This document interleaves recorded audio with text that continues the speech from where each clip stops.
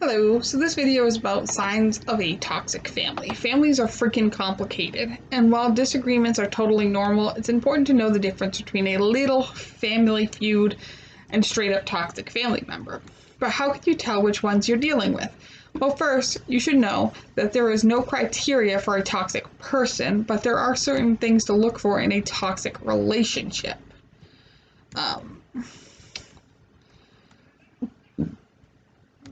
You may be able to find the same content in another format, or you may be able to find more information, on this website that I went to. So these are just some things that you can look at for, recognizing if you're dealing with a toxic family. So one is you don't like being around them. If you feel any of the following when you spend time with this person, you may have a toxic family member on your hands. Check in with yourself before, during, and after the interaction. So you dread being around them no matter what the occasion. Your interactions leave you feeling unseen or weak. The way that they treat you and others is unsettling. The guilt you feel during conversations. They guilt you during conversations. You feel unsettled just being in the same room as them, and you worry about your own safety and the safety of others when they're around.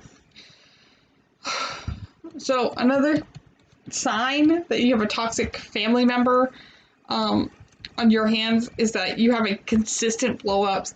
Some conflict is totally normal when it comes to family life.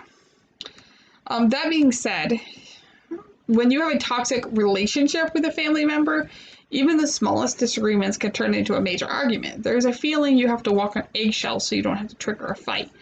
But you try as you may, you can't always predict what might set them off. Toxic family members may also engage in the following.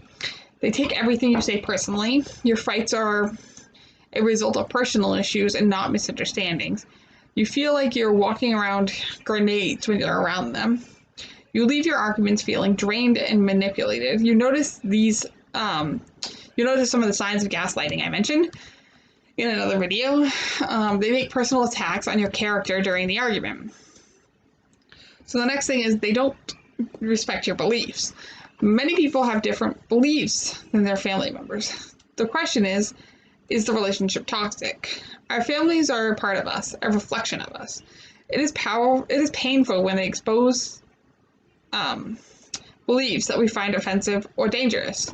That being said, the difference here is that they actively do not accept your perceptions and life choices, perhaps even berating you. So that might look like they don't accept your partner who's a different race or religion. They don't accept your sexuality. The family member displays active contempt for you. They voice their negative opinions about you. When you ask them to respect your beliefs, they decline. You may feel sense of aggression beyond annoyance. So then next you have they make themselves the priority.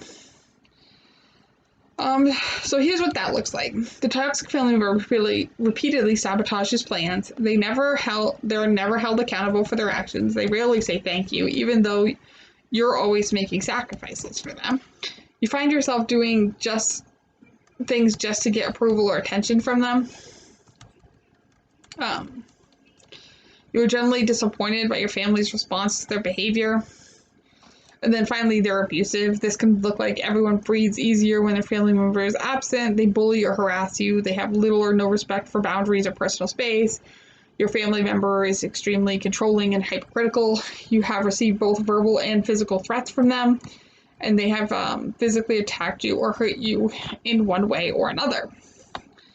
So that's it on some signs. What can you do about a toxic family member? Well, first, if your safety isn't threatened, you can set boundaries and limit your interactions with them. The cutoff is the most severe consequence that one can enforce for a boundary violation. If our relationship is important to you, it might be worth exploring less dramatic options. So refuse to discuss certain topics with that family member. Leave the room calmly if you need to. So like if religion is a big topic in your household, because you believe differently than your family members. Be like, okay, I don't want to talk about religion with you. And if it comes up, leave the room. Limit conversations to specific settings or length of time.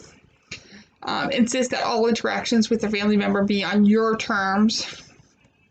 Maybe you only interact on holidays. Maybe you prefer certain times of the day. Figure out what works best. You can also work it out with a third party. Sometimes the situation requires more than just talking it out with your toxic family member one-on-one.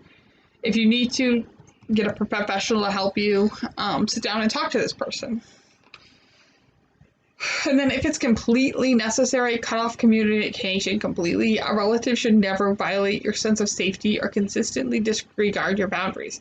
Abuse is a serious issue.